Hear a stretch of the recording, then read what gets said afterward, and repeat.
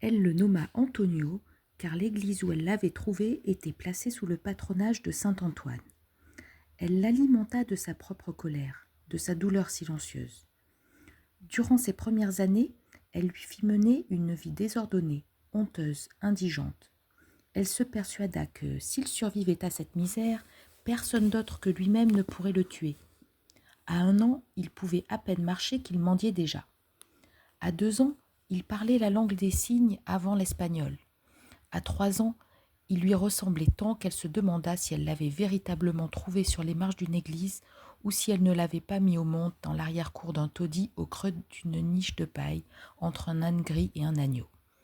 Elle l'habillait de fripes crasseuses et, pour émouvoir les passants, le serrait contre elle avec une fausse complicité, le mouillant d'une sueur âcre qui, par l'effet de la chaleur, devenait une sorte de gélatine grasse et jaune.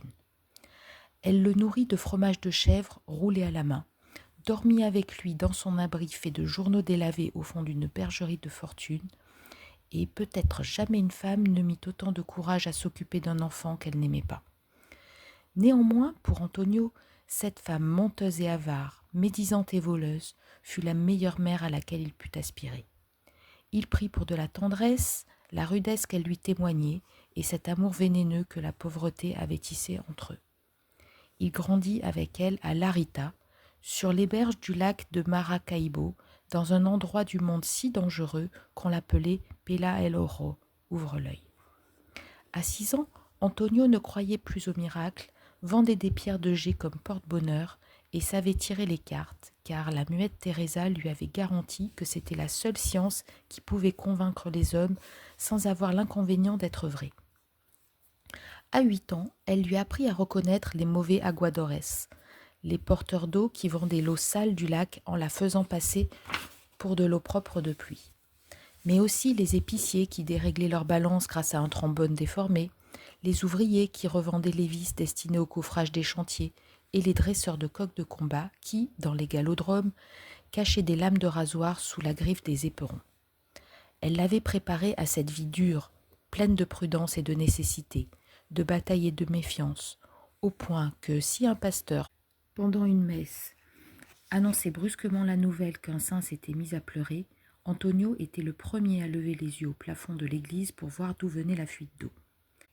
Pela el Oro était alors une sorte de grand marécage écrasé de chaleur, aux rives humides, peuplées de maisonnettes sur pilotis aux portes toujours ouvertes. Les habitations étaient édifiées sur cette eau trouble avec des cuisines à la belle étoile, de vieux fourneaux noircis et des poubelles flottantes que la ville avait rejetées dans ses faubourgs. On y pétrissait du pain, on y trafiquait du carburant. Les enfants vivaient nus sur ces palafites, circulant sur le squelette de 1000 troncs d'arbres sans cesse rafistolés, pataugeant sur la surface du lac comme les palais de Venise, ceux qui autrefois avaient fait dire aux navigateurs vénitiens qui étaient venus avec leurs odeurs de velin et de seaux de cire qu'ils y reconnaissaient une petite Venise, une Veneziola, une Venezuela.